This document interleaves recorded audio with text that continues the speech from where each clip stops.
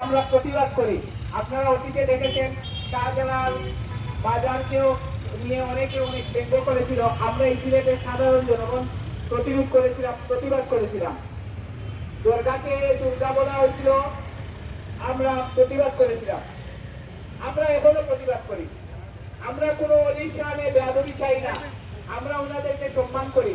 কিন্তু এটাকে কেন্দ্র করে যারা নিজের আখের গুছাচ্ছে, যারা বিভিন্নভাবে তাদের সংসারে কার্যক্রম চালাচ্ছে, নিজের সম্পত্তি রয়েছে, আমরা এটা চাই না।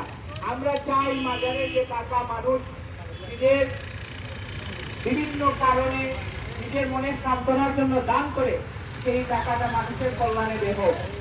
বাজার এখন পর্যন্ত এই বাজার কমিটি সিলেটের উন্নয়নে, আমরা একটাই প্রশ্ন রাখতেছি, সিলেটের উন্নয়নে তারা কি করেছে? উন্নয়নমূলক কোন কর্মকাণ্ডে তারা জড়িত ছিল? সিলেটের মানুষের, অসহায় মানুষের জন্য তারা কি করেছে? আপনারা জানেন পাশে একটা এতিমখানা আছে, এতিমখানার বডি আলাদা। বাজারে যে টাকা উঠে সেই টাকাতে কোনো একটা অংশ এতিমখানায় যায় না। তাহলে মানুষ কেন এই টাকা কি জন্য মানুষ দিচ্ছে? এতিমদের জন্য তো দিচ্ছে। এতিমরা যদি সুন্দরভাবে লেখাপড়া করে এবং ভালো অবস্থানে যায়, দেশের পরিবর্তন হবে না? অবশ্যই হবে। তাহলে এই এতিমখানায় টাকাটা দেওয়া হয় না, ওনারা ওনাদের আগে বুঝাচ্ছে। একজন বিভিন্নভাবে বিভিন্ন ভাব ধরে আসেন। গেলে আপনারা দেখবেন, আমি তো যাই, আমি জিয়ারত করি, আমি বারবার বলতেছি আমি বাজার মুক্ত মানুষ, আমি জিয়ারত করি। আমি আগে প্রতিদিনই বাজারে যেতাম, প্রায় প্রতিদিন যেতাম। এখানে আমরা বিভিন্ন পাগলদের সাথে আমার কথা হতো, বিভিন্ন বিষয়ে তাদের সাথে কথা বলতাম। এখানে যারা ভিক্ষা করে তাদের উপরও এক ধরনের চাপ সৃষ্টি করা হয়, বিভিন্নভাবে তাদেরকেও হেরানি করা হয়। আপনারা জানেন বাজারে ওদিকে যান, ওদিকে যদি টয়লেটে যায় তাহলে 10 টাকা দিতে হয়। যদি বাজার কর্তৃপক্ষ কি করে, ওনারা বলেছেন ওনাদের 300 জনের উপরে খাবে। আমরা তো চোখে পড়ে নাই। বাজারের এই মেইন যে সাজা রহমতুল্লাহ আলাই যে কবরস্থান মাজার, যেখানে ওইখানে 3 জন 4 জন থাকেন, আর ওই শুধু যে গতিকর ওইখানে 3-4 জন থাকেন, আর কিছু মানুষ এখানে পরিষ্কার করে। যারা বাথরুম বা অন্যান্য বিষয়গুলো পরিষ্কার করে তারা তো মানুষ তাদেরকে টাকা দিচ্ছে, 10 টাকা করে 5 টাকা করে দিচ্ছে, এই টাকার বিনিময় করতেছে, বাজার কর্তৃপক্ষ করতেছে না। বাজারে যে কবুতরকে দান দেওয়া হয়, এই দানও দানে উঠে মানুষ নিয়ে আসে বিভিন্ন থেকে ধান গম এগুলা নিয়ে আসে কবুতরের জন্য। মূলত এই টাকাগুলা প্রত্যেক দিন রাত্রে বন্টন করা হয় এবং ওনারা ওনাদের নিয়ে যান। ওই যে 300 কতজন আছেন, এবং এই 300 কতজনের মধ্যে বিগত যে সরকার ছিল, সরকারের বিভিন্ন দলের সরকারের বিভিন্ন নেতৃত্বরা ছিলেন। আমরা জানতাম আমাদের সাবেক কেউ ছিলেন বদরুদ্দিন আহমদ কামরান, তিনিও একটা অংশ পেতেন। তারপরে আরো যারা নেতারা ছিলেন তারা ছিলেন।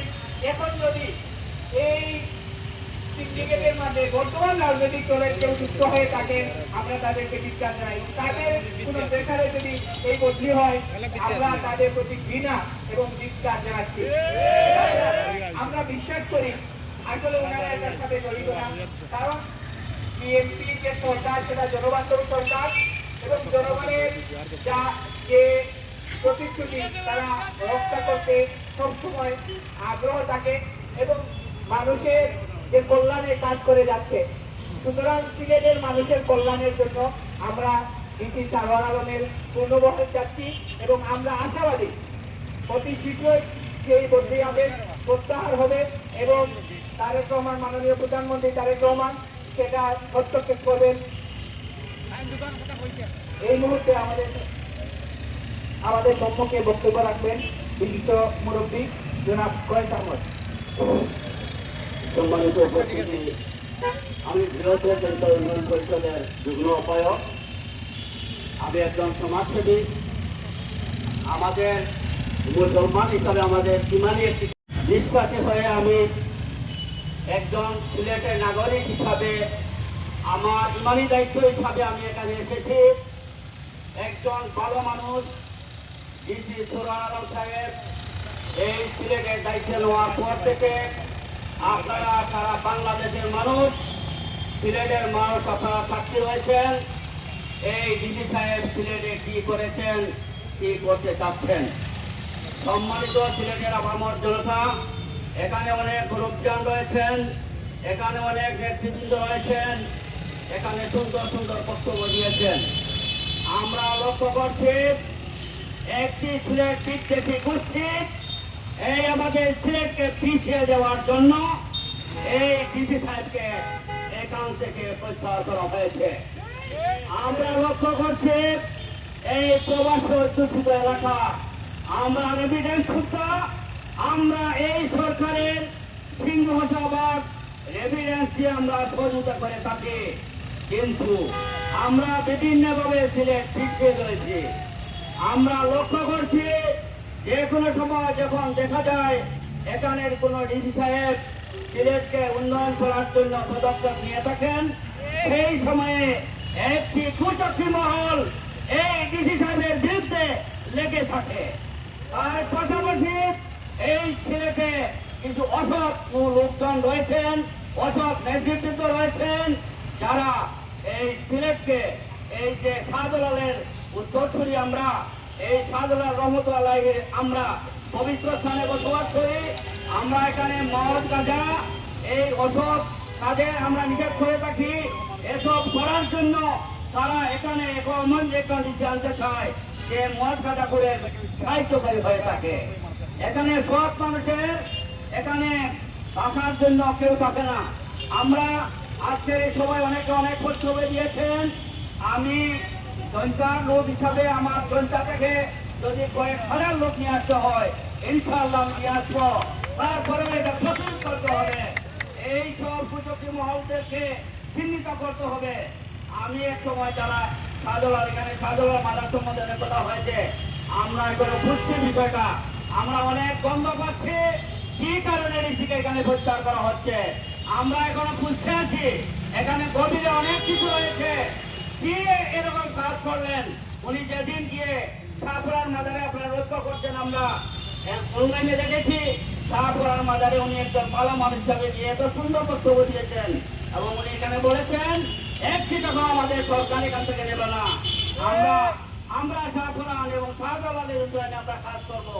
এবং একটি কথা উনি অনলাইনে বক্তব্য দিতে গিয়ে বলেছিলেন এখানে কোনো গাঁজাখোর কোনো বস্তু থাকতে পারবে না, আর এখানে গাঁজাখোর মতখোর যদি মাজারে খায় তাহলে তার ডবল শাস্তি হবে। এই কথা বলার পরে দেখা গেল ওনাকে প্রত্যাহার করা হয়েছে।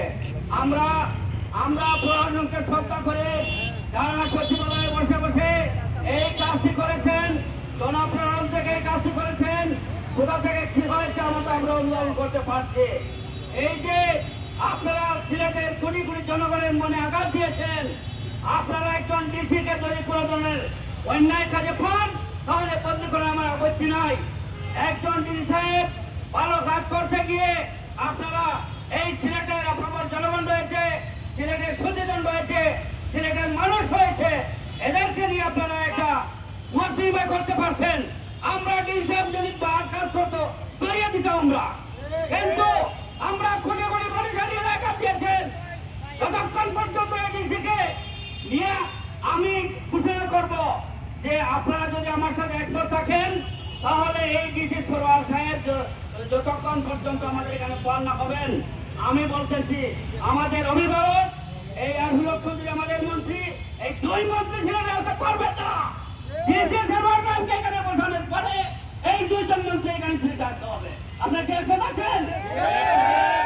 এই দুজন মন্ত্রী যদি এগুলি অর্ডার দেয় তাহলে ডিসি আসতে বাধ্য হবে। ওই অন্য ডিস্ট্রিক্টের লোকজন অন্য ডিস্ট্রিক্টের মন্ত্রী নির্দেশে ডিস্ট্রিক্টের নির্দেশ ইয়ে করা হয়েছে। আমরা আমাদের এখানে তথ্য আছে অন্য ডিস্ট্রিক্টের মন্ত্রী যদি একটা পাওয়ার পায় তাহলে আমাদের মন্ত্রীকে সরকার চুষাবে নাকি? এই কোটি কোটি মানুষের কথা বুঝতে চান আমাদের মন্ত্রী আমার প্রধানমন্ত্রী, আর প্রধানমন্ত্রী শ্রী আমাদের সিলেটের প্রধানমন্ত্রী আমাদের জামাই। আমরা জামাইকে আমরা বিনয়ের সাথে বলতে চাই দয়া করে আমাদের এই কোটি কোটি মানুষের হৃদয় আঘাত হয়েছে। যতক্ষণ পর্যন্ত আপনি মানুষে থাকেন, যে কোনো দেশে থাকেন, সেই দেশ থেকে আপনি নির্দেশ দেবেন, না হলে এখানে কোটি কোটি মানুষ ডিসি ঘেরাও করে এখানে কাউকে কোনো ডিসিকে এখানে ঢুকতে দেওয়া হবে না। স্যার আরামকে এখানে বসিয়ে মহাতিনময় সভা করে যদি কোনো দোষী হয়ে থাকে আমরা দিয়ে দেবো সচিবালয়ে। এখান থেকে আবার সচিবালয় থেকে এখানে নিয়ে আসতে হবে স্যার আরামকে, এবং এখানে সিলেটের মানুষের সাথে কথা বলে তারপরে স্যার আরামকে নেওয়ার পরে এখানে ডিসি দিবেন। এর আগে ডিসি দিবেন না। কোটি কোটি সিলেটের মানুষ যে ডিসি দিবেন সেই ডিসিকে ধরে আমরা সেই সাধারণ দরকার নিয়ে বিচার করবো। এই দাবি রেখে দুই মন্ত্রীর কাছে আমার এই দাবি রেখে আমার কথা হিসেব করছি। আসসালামু আলাইকুম।